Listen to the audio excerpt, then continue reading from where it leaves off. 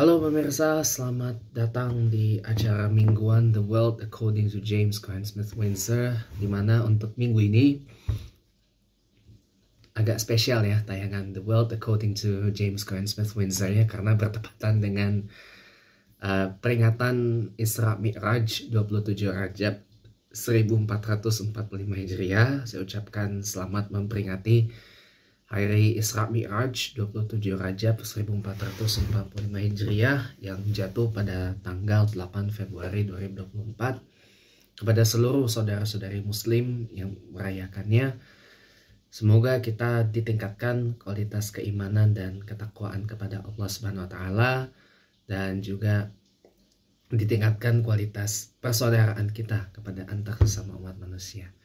Ya, minggu ini The World According to James Cline Smith Windsor ini spesial banget ya, karena ada beberapa hal sepanjang minggu ini yang menarik perhatian saya, dan juga seperti biasa there will be an apology for the week. Tapi langsung aja kita deep dive kepada apa yang menjadi persoalan saya ini. Minggu ini deep dive-nya adalah lagi dan lagi adalah masalah maha benar Presiden Jokowi dengan segala cawe-cawenya. Tapi bukan itu yang mau kita bahas. Tapi minggu ini deep dive kita adalah tentang internet gratis versus makan dan susu gratis.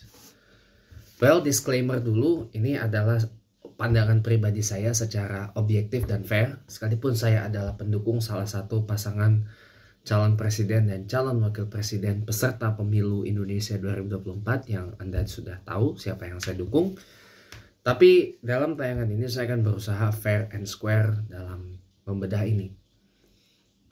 Internet gratis yang diusung oleh paslon Ganjar Pranowo Mahfud MD versus makan dan susu gratis yang diusung oleh paslon Prabowo Subianto Gibran Rakabuming. Kalau mau tambah satu lagi, BBM gratis yang diusung oleh paslon Anies Baswedan Muhaimin Iskandar. Tapi BBM gratis itu saya kira saya tidak setuju, karena itu nanti akan memberatkan keuangan negara. Nah, yang ini dulu, makan dan susu gratis versus internet gratis. Which one matters the most? Oke.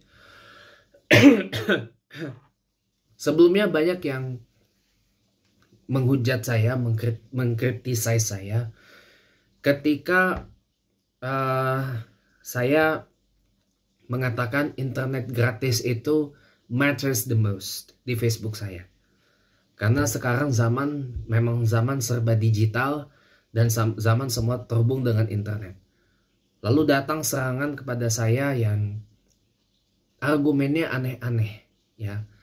Well, maksud saya itu dengan semua hal terhubung dengan internet, semua hal sekarang serba digital, itu bukan berarti juga langsung Anda mudah simpulkan, oh berarti kalau makan saat ini serba digital. Enggak juga. Argumen saya tidak ke situ. Argumen saya tidak ke situ. Ini yang membuat orang ini salah paham. Argumen saya tidak ke situ.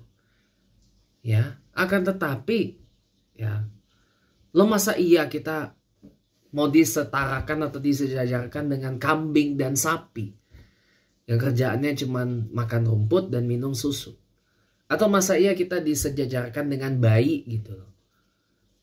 Kita yang sudah berumur ini terutama disejajarkan dengan bayi yang kerjaannya minum ASI, air susu ibu, minum susu, makan, dan kemudian tidur. Nah, ini kan program yang membuat kita jadi setara dengan kambing dan sapi kalau kayak gitu. Maaf loh ya. Ini pandangan secara fair and square. Dan terbukti program makan gratis dan susu gratis ini bisa parah nantinya kalau saya ramalkan. Kenapa? Karena anggarannya yang mencapai hampir 500 triliun rupiah itu, lebih tepatnya 450 triliun rupiah, hanya selisih sedikit dari anggaran pembangunan Ibu Kota Nusantara, 466 triliun rupiah itu. Hanya untuk satu program saja, dan program itu sama sekali tidak produktif. Dan berpotensi penerima makan dan susu gratis ini salah. Kenapa? Karena basis datanya bisa dimanipulasi. Basis datanya bisa diacak-acak. Kenapa? Karena pengamanan data atau data security-nya tidak kuat. Database security-nya tidak kuat. Bisa dibobol. Ya. Menjadi kontradiksi Pak Prabowo yang kelihatannya old school, konvensional, masih kuno, masih jadul, kontras dengan Gibran yang sangat melek teknologi, yang sangat cakap digital, fasih digital. Beliau banyak berbicara tentang hilirisasi digital, tentang Internet of Things atau IoT. Semua hal tentang hilirisasi digital, digitalisasi.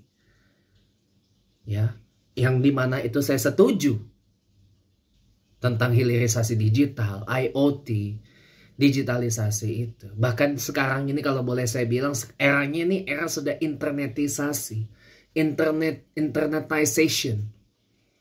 Semua terhubung dengan internet. Bahkan, maaf, hampir semua ini kegiatan ini mempersyaratkan kita selalu terhubung dengan internet, always connected to the internet. ACTT, always connect, HT, ya, ACTI, ya, always connected to the internet, selalu terhubung dengan internet. Bahkan KTP saja, KTP Indonesia saja, yang tadinya konvensional, yang tadinya ada kartu seperti yang kita kenal, menjadi KTP digital. Ada di aplikasi di HP Android dan mungkin sudah ada di HP iOS. HP Apple. Ya, iPhone. Ya, ada KTP digital sekarang. Ada KTP digital. Mungkin sebentar lagi akan ada paspor digital. Mungkin sebentar lagi akan ada SIM digital. Surat izin mengemudi atau driving license digital. Mungkin sebentar lagi akan ada kartu BPJS digital. KTP Sakti yang diusung Ganjar Mahfud pun juga nanti akan terintegrasi lewat KTP digital. Ya.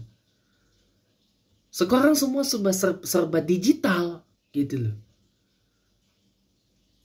Kita mau jajan aja pakai QR code, mudah sekarang bayarnya.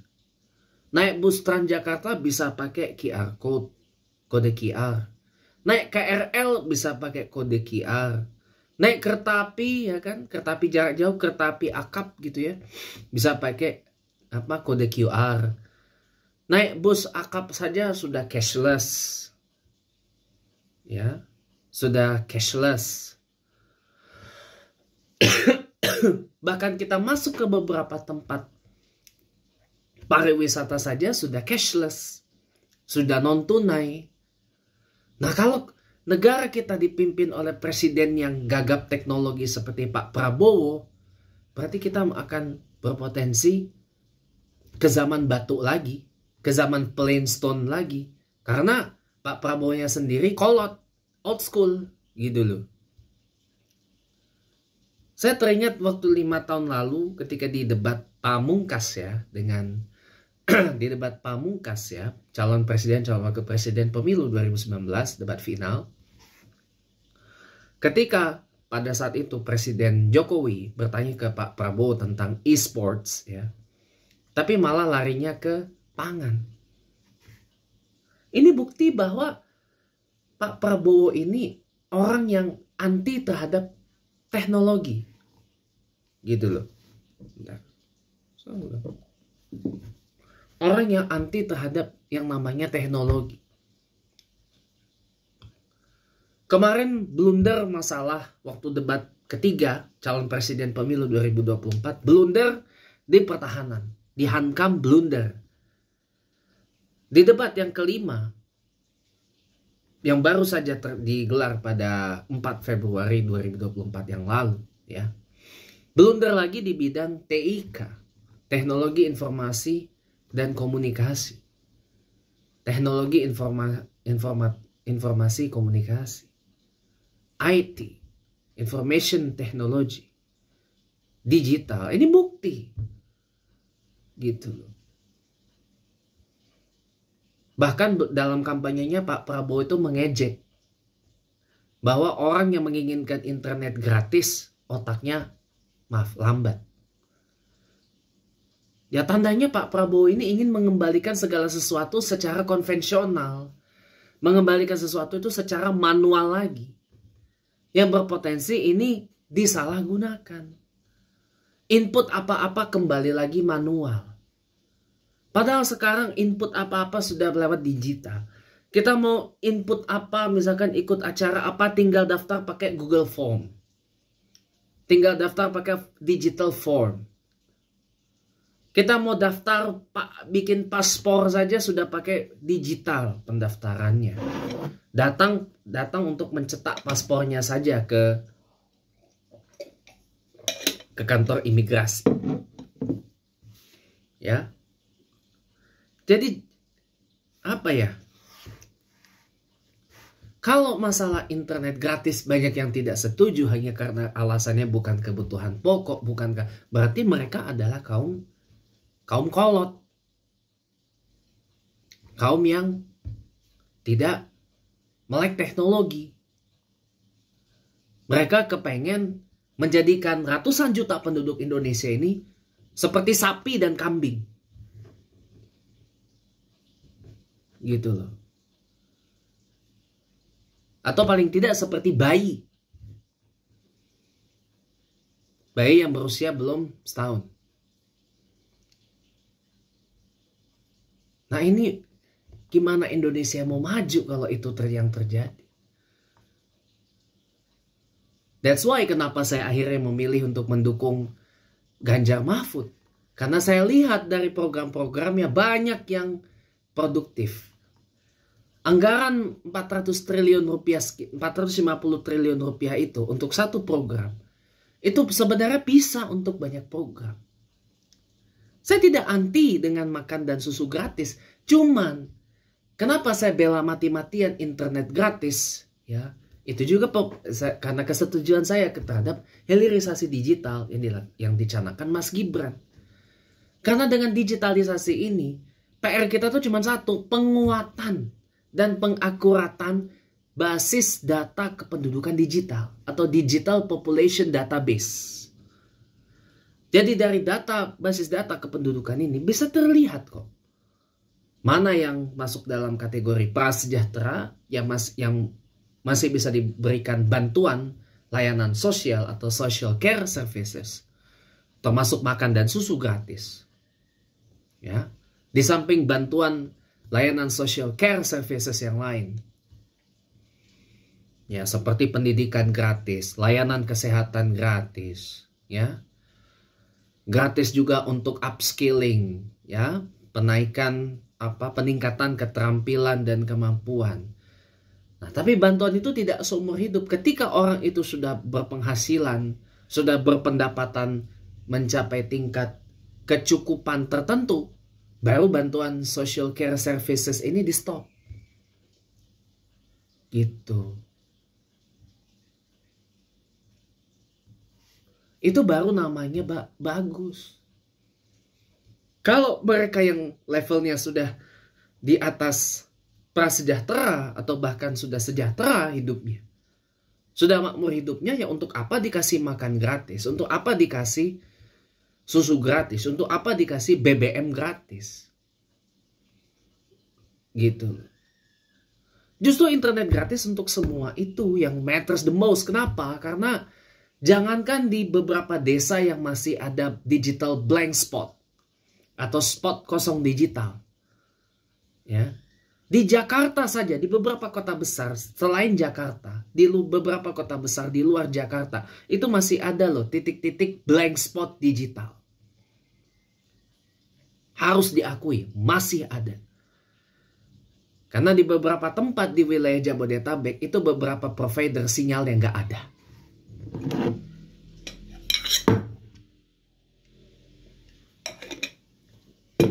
Gak ada kaitannya ini dengan Indosat itu dijual. Indosat itu diprivatisasi. Lalu kemudian dibeli. Sekarang yang punya adalah Ooredoo Qatar, yang bergabung dengan yang punyanya provider 3, Hutchison. Jadi Indosat, Ooredoo, Hutchison sekarang.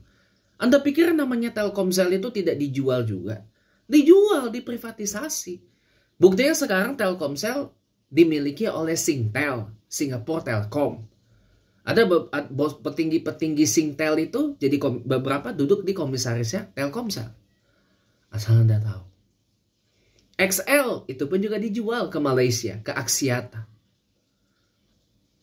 Itu namanya privatisasi, dan itu tidak ada kaitannya itu.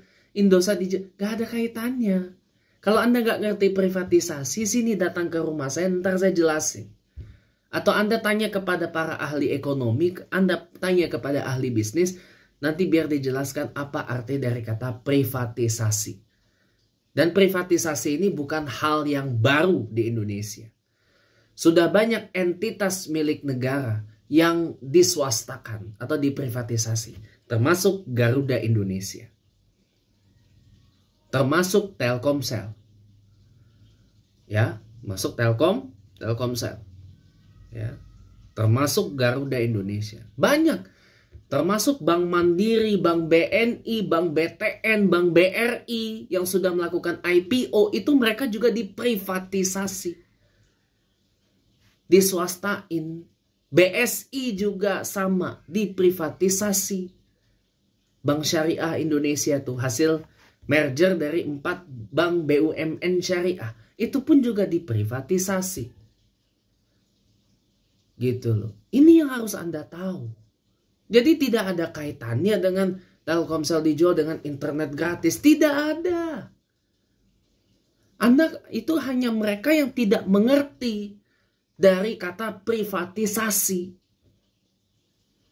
Karena dalam pikiran mereka itu adalah apa yang milik negara harus punya negara terus gitu loh. Tidak boleh diswastain, tidak boleh diprivatize gitu loh. Tidak boleh diprivatize, tidak boleh diprivatisasi. Ini salah, teman-teman. Kalau model ekonomi kita, model ekonomi seperti Tiongkok. Jangankan ya Tiongkok aja, mohon maaf.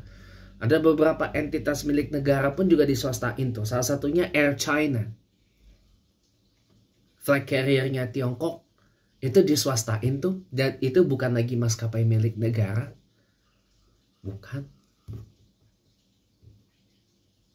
Tapi dipegang oleh sejenis konsorsium yang dikelola oleh pemerintah pusat Tiongkok. Tapi tidak sepenuhnya 100%. Jadi jangan kita berpikir diprivatisasi itu sama dengan dijual. Oh tidak. Gitu loh. Inilah bodohnya orang kalau yang nggak ngerti kata privatisasi. Diprivatized itu, diswastain gitu loh. Jadi bukan lagi state body, bukan lagi state agency, bukan lagi state enterprise gitu loh. Ya bukan lagi badan negara, bukan lagi perusahaan milik negara lah kalau bahasa Indonesia-nya, ntar saya diomelin lagi. Ya kan? Gitu. Ini yang harus Anda ketahui, saudara. Ini yang harus Anda ketahui, pemirsa. Baru Anda ngoceh.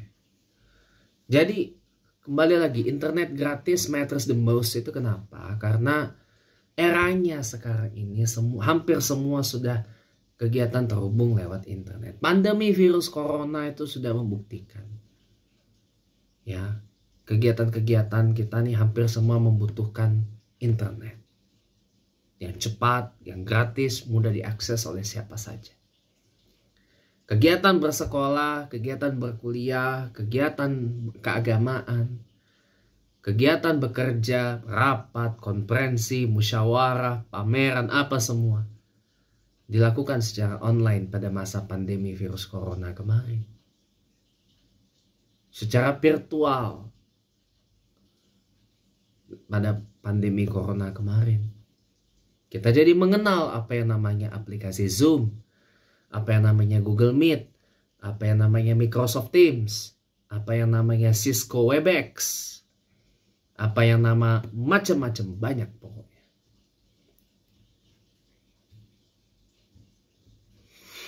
Begitu ya teman-teman ya. Jadi Itulah kenapa internet gratis itu perlu banget untuk mensukseskan digitalisasi yang ada di Indonesia.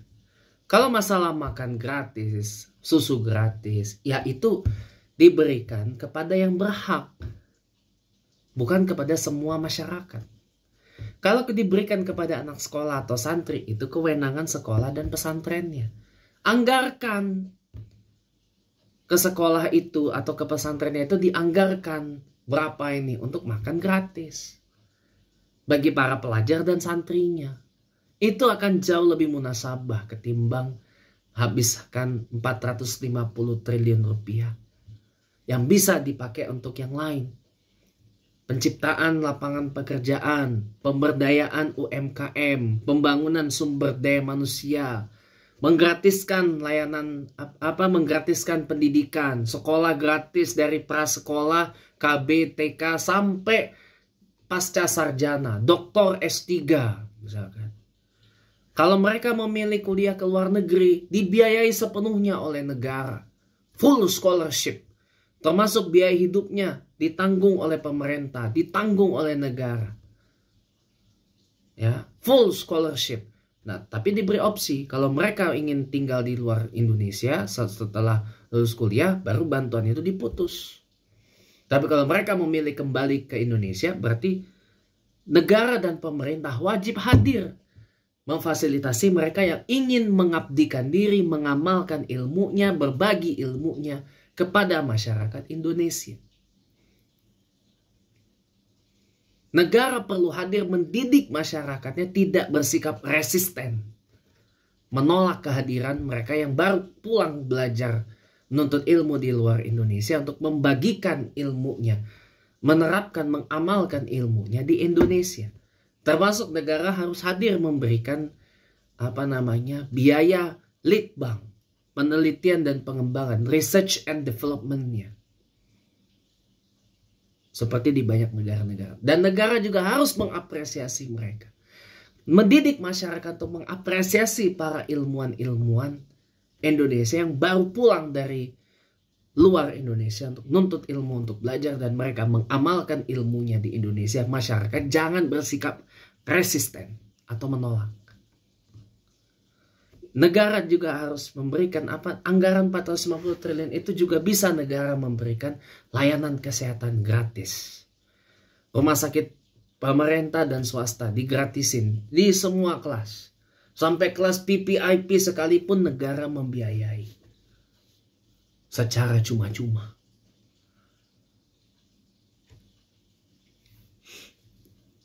Arah gratis. Dari mulai penyakit ringan sampai penyakit berat yang membutuhkan operasi. Ditanggung semua, di-cover semua oleh negara. Dengan anggaran 450 triliun itu saya rasa cukup untuk itu. Jadi bisa untuk banyak program, ketimbangnya untuk satu program yang tidak produktif sama sekali. Jadi dengan 450 triliun rupiah bisa untuk membuat banyak program yang produktif. Tidak satu program, tapi programnya tidak produktif. That's it untuk part 1. Saya kembali lagi nanti di part 2 dari The World According to James Cline Smith Windsor. Sesaat lagi, jangan kemana-mana. Ya, selamat datang kembali di acara The World According to James Cline Smith Windsor part 2. Bagian kedua, saatnya Apology for the Week. Menyoal jamaah tabligh ya. Saya terus terang adalah orang yang sebenarnya lebih banyak kurang sepaham, kurang sejalan ya dengan jamaah tabligh ya. Dan kenapa mereka bisa pecah menjadi dua kubu, yaitu kubu Nizamuddin atau Maulana Sa'ad dan kubu Syura Alami, itu juga terus terang saya gak begitu paham. Mungkin karena ada perbedaan pendapat atau perbedaan cara pengamalan tatibnya. Mungkin ada beberapa konflik intern mereka yang saya jujur tidak terlalu paham ya. Nah, akan tetapi maaf, saya kalau melihat mereka ya, nggak ada yang saya lihat dari jamaah tabligh itu kecuali kebaikan satu, yang kedua konsistensi. ya. Dan yang ketiga adalah komitmen. Yang ketiga adalah komitmen mereka. Jadi tidak ada yang lain yang saya lihat dari mereka kecuali tiga ini. Mereka konsisten dakwahnya tuh hanya di seputaran bagaimana mereka mengajak kita memakmurkan masjid, menghidupkan masjid, ya, mengajak kita sholat 5 waktu berjamaah di masjid, ya, mendengar dakwah mereka. Dakwah mereka ini konsisten, hanya mereka mendakwahkan bagaimana tuntunan hidup sesuai dengan sunnah Nabi Muhammad Rasulullah Shallallahu Alaihi Wasallam. Bagaimana mereka menceritakan teladan dari para sahabat, bagaimana mereka menawarkan solusi untuk memperbaiki kerusakan dan kemerosotan umat Islam sekarang ini. Lalu bagaimana mereka membahas tentang keutamaan sedekah, keutamaan sholat, keutamaan amal saleh dan lain-lain sebagainya. Mereka hanya berkutat di situ dakwahnya, dan mereka konsisten. Mereka tidak berbicara hal-hal yang sifatnya furu' atau hal-hal yang sifatnya khilafiyah. Enggak, mereka tidak begitu, ya. Dan kalaupun mereka itu datang ke kita gitu ya, itu terpulang pada kita sebenarnya. Mau menerima atau belum menerima itu terserah, gitu loh. Terserah, feel free, gitu loh.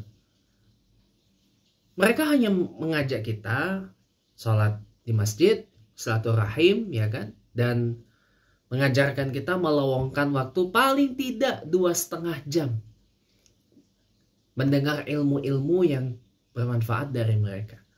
Rujukan mereka adalah kitab Fadail Amal atau Fadilah Amal. Satu lagi Fadais Sedekah, Fadilah Sedekah, keutamaan sedekah. Ya. Jamaah tabligh ini memang paling banyak datang dari India, Pakistan, dan Bangladesh. Asalnya dari situ. Mereka ini. Dan mereka ini bicaranya memang pakai bahasa Urdu. Kadang pakai bahasa Urdu, kadang pakai bahasa Bengal. Ya, kalau mereka dari Bangladesh, kalau mereka dari Pakistan atau dari India, mereka biasanya ngomongnya pakai Urdu, jarang pakai Hindi, ya. Tapi kan ada penerjemahnya, yes, ada memang. Nah, akan tetapi ada penerjemahnya kalau kita nggak ngerti. Nah, akan tetapi begini loh, ya, yang membuat saya tuh menjadi agak kurang sejalan dan kurang sepaham dengan mereka, ya. Ini mohon maaf nih. Kadang-kadang mereka ini adab sosialnya tuh kurang, ya. Dan pengalaman saya ada. Ini bukan bermaksud untuk menjelekkan, tidak loh ya. Karena saya masih suka nusro, masih suka mengunjungi mereka. Ini ada kedatangan 6 orang dari Pakistan yang mereka berdakwah 3 bulan di Indonesia rencananya. Rutenya hasil musyawarah dengan Markas Syuro Alam Indonesia yang ada di Masjid Al-Muttaqin di Ancol sana. Mereka berputar di sekitar Bintaro dan Pondok Aren ini 3 hari selama kurang 3 bulan, ya.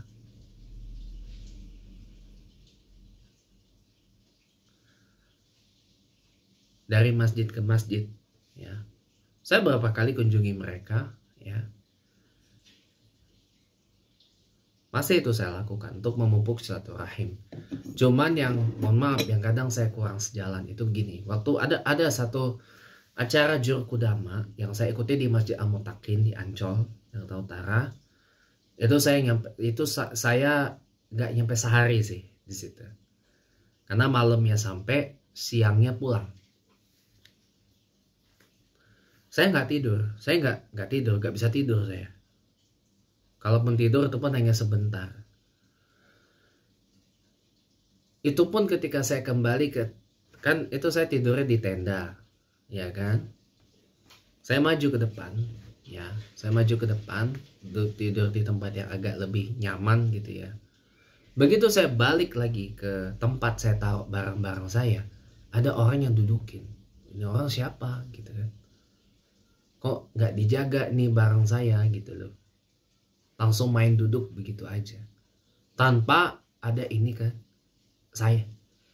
Lalu siang harinya, habis sholat zuhur, ya. Ketika saya hendak beberesan, mau pulang sama 2 orang teman, ya.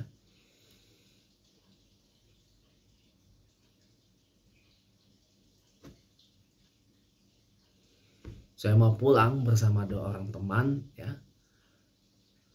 Itu langsung main komat aja. Nggak perhatikan saya mau lagi beberesan atau lagi apa gitu.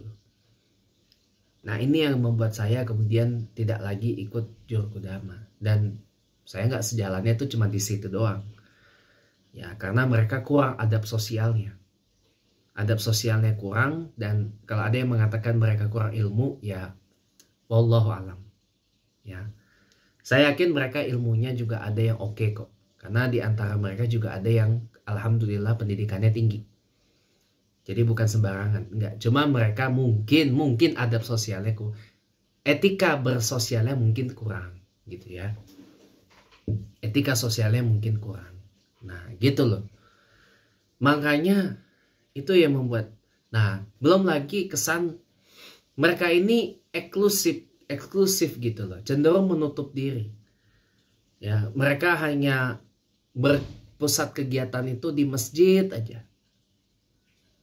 Tidak berbaur dengan masyarakat setempat.